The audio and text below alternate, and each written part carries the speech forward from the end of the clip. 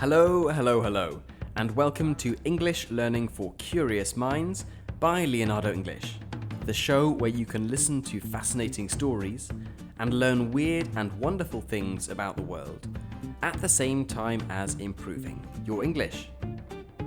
I'm Alistair Budge, and today we are going to be talking about what happens when a language dies. There are almost 8 billion people on the planet, and we speak 7,000 different languages. Yet, languages are dying out fast, and linguists believe that half of the languages spoken today will not exist by the end of the century. It is a sad truth, and today we are going to talk about why languages die, which languages are dying, and what we can do about it. Before we get right into the episode though, I just wanted to remind those of you listening to this episode on your favourite podcast app that you can get the subtitles, transcript, and key vocabulary for this episode, plus a load of extra bonus episodes on our website, which is leonardoenglish.com. In case you haven't checked this out yet, we also do monthly meetups, Q&A sessions, which are a lot of fun. We just had the last one last week on accents in English and had members joining from all over the world. So if you would like to improve your English in a more interesting way, then I definitely recommend checking out the website, which is leonardoenglish.com. Okay then, let's get cracking and talk about dying languages. Language is just the most magical thing. It's what sets us apart from animals. It allows us to communicate with one another, to tell stories, to record our history, traditions, and culture. It allows us to express ourselves, to show who we truly are. And as anyone who speaks more than one language knows, the language you speak is a big part of your identity. You feel different when you speak a different language. If English isn't your native language, which I guess if you are listening to this podcast, it probably isn't, then you feel different when you speak in English. Depending on your level and experience, how you feel might change. If you aren't that confident in English, then I imagine it can feel frustrating and limiting that you can't say the same things in English with the same fluency as you would be able to do in your native language. And even if you are amazingly fluent in English or even bilingual, the language you speak, for most people, makes you feel different. You behave slightly differently. You might use one language in one situation or to communicate with one group of people. No language perfectly translates from one to the other. So the language we speak has huge importance over and above it just being a means of communication. So what happens to people when they can't communicate in the language they want to? What happens to the cultures and countries when the original language of its people dies out? What happens then? This, as you may know, isn't just a theoretical question. In the past 100 years, the world has lost about one language every 3 months. So that's around 400 languages, wiped away, disappeared.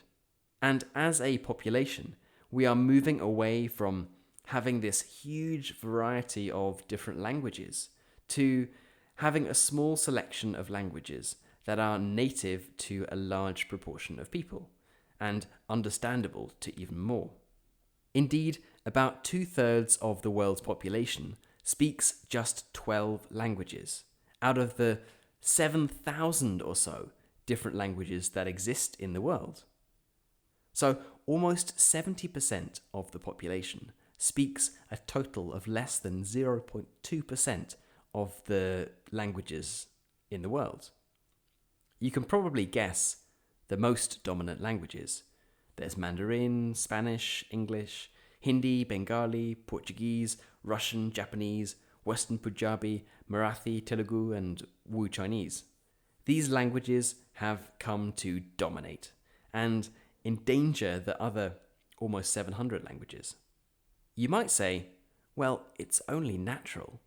As more people speak a certain language, it's understandable that people want their children to speak that language, so they stop speaking their own language at home, and thus these other languages eventually die out as people choose not to use them.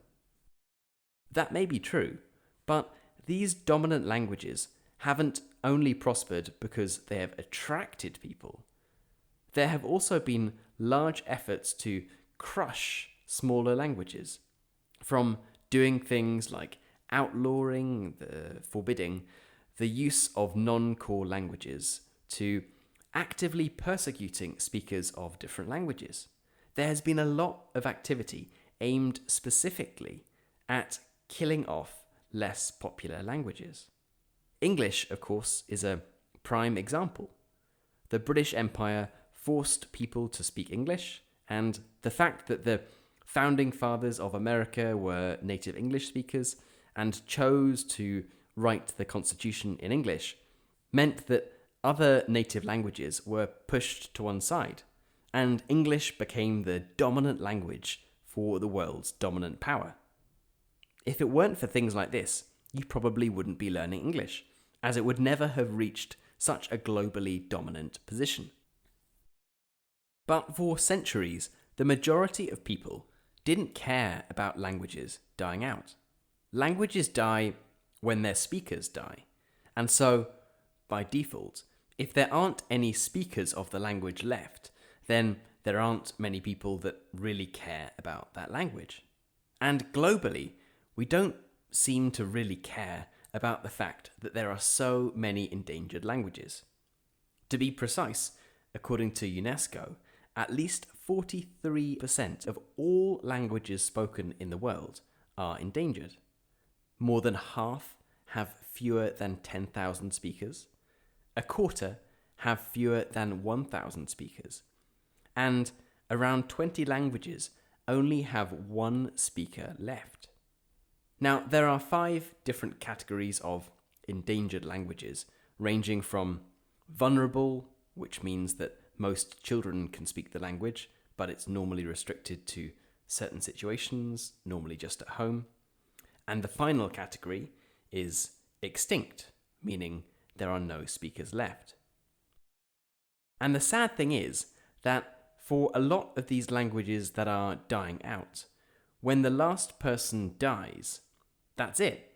You can't just turn it back on again. As fewer and fewer people speak a language, it's hard to reverse the decline. Fewer children learn it, and the older people who do speak it won't live forever.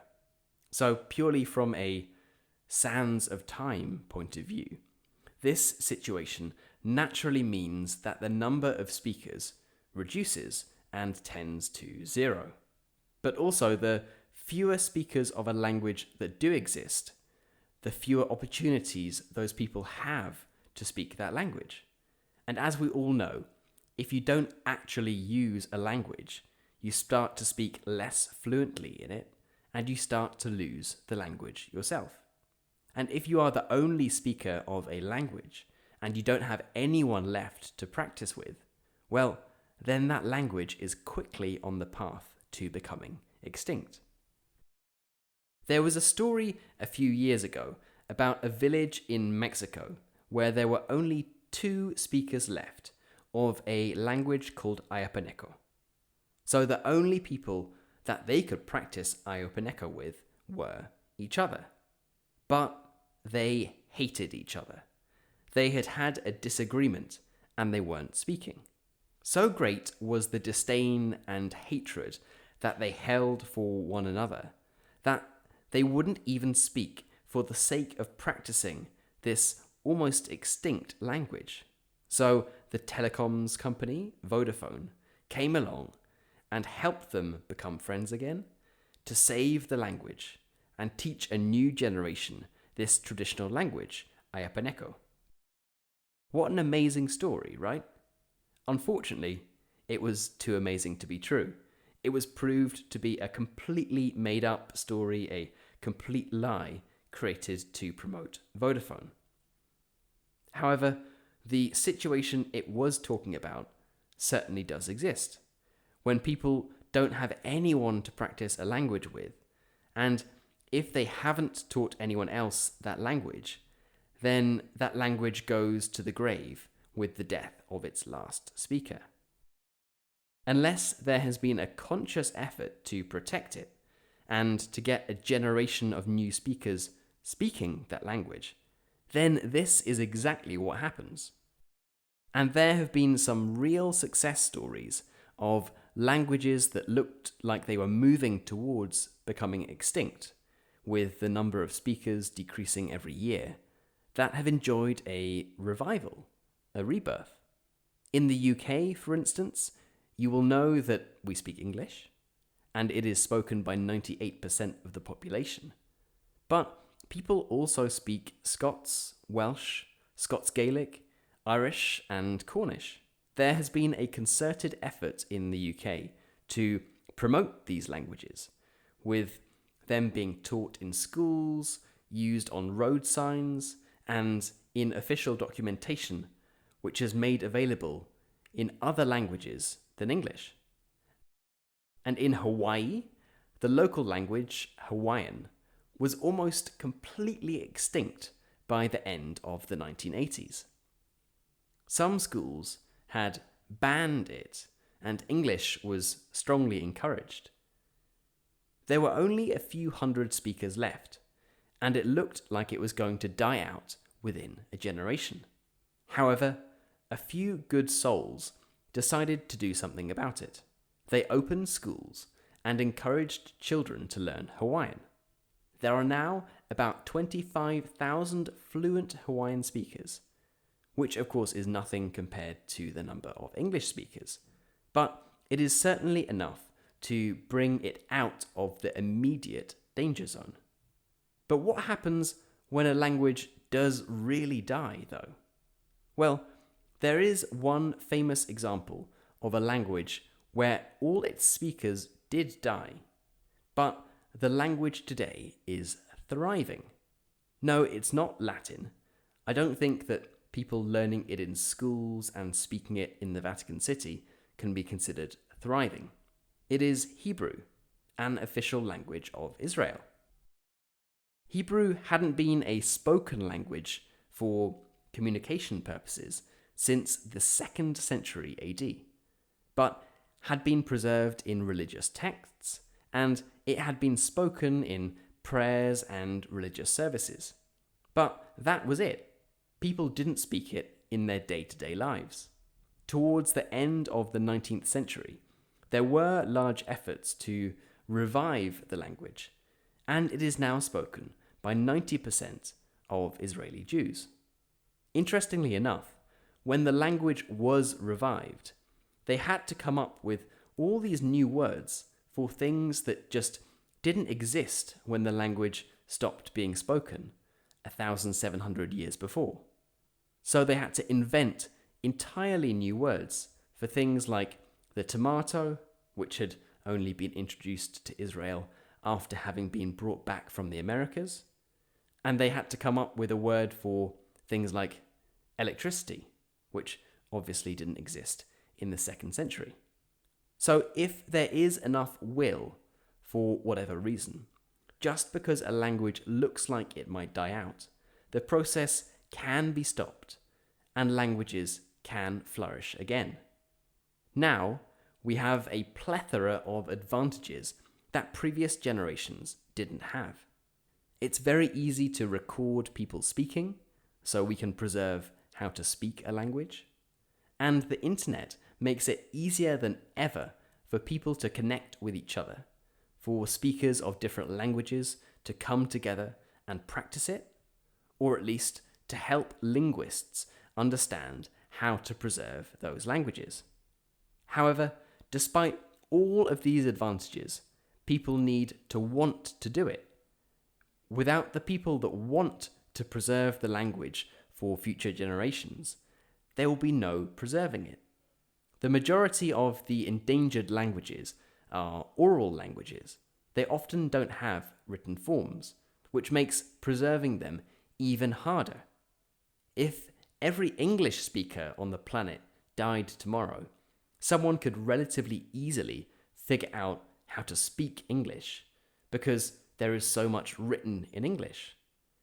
But if nothing is written, then the language dies with its last speaker. And this isn't a rare occurrence. Only around a third of all world languages have written systems, a way of actually writing the language down. You might be thinking, so what? Languages dying out is just a natural part of the life cycle of the world. Instead of spending money encouraging people to speak them, why don't we invest in schools, hospitals, or teaching people a more useful language, like English or Spanish or Mandarin? It also begs the question, why should we actually preserve anything? From ancient buildings to sculptures to wildlife to animals, should we interfere with the natural flow of things? If you are approaching the subject from a purely utilitarian point of view, saying that we should only seek to preserve things that have an immediate use for mankind, then you probably don't think it's worth battling to preserve a dying language. But then you shouldn't see any reason to protect a beautiful fresco or to stop the pandas from dying out. Languages give us just the most amazing insight into how people, cultures, and society develops. The words and expressions that exist in a language tell us about its people. People need words to convey meaning. The words in a language tell us what people need to say. There's the quote that you've probably heard 1,000 times that Eskimos have 50 different words for different types of snow. But this kind of idea applies to almost every language. In your language, I'm sure there are words and expressions that don't have an exact equivalent in English. For example, in a situation where in English you would say, "How are you?" In Mandarin, you would say, "Have you eaten yet?" And in Cherokee, a Native American language, there is no word for goodbye, only "I'll see you again." These might be small differences, but they tell us a huge amount about the culture and the people that use the language. And when the language dies out, and without any real written or recorded evidence of how to use it, so dies an important part of our knowledge of the people that spoke it. And I, for one, think we should do everything we can to avoid that. Okay then, that is it for this episode on endangered languages. It is a hugely interesting topic, and although English may be a useful language, and there are many excellent reasons to learn it, it is just one of nearly 7,000 languages that are spoken around the world. A world where we all speak one of a handful of languages is a less rich, less diverse one. But unless there is a conscious effort to protect and encourage the speaking of these endangered languages, then that is the direction that we are heading in. As always, I would love to know what you thought of this episode, especially if you speak an endangered language. But even if you don't, you can email hi@leonardoenglish.com. And on the subject of dying languages, watch out for our next members-only episode, which is going to be on Esperanto, a language that is certainly not dead, but was born artificially, I guess. That will be released exclusively on the website on Tuesday, so keep a lookout for that one. And as a final reminder, if you are looking for all of the bonus episodes, plus subtitles, transcripts, and key vocabulary, then the place to go to is leonardoenglish.com. You've been listening to English Learning for Curious Minds by Leonardo English. I'm Alistair Budge, you stay safe, and I'll catch you in the next episode.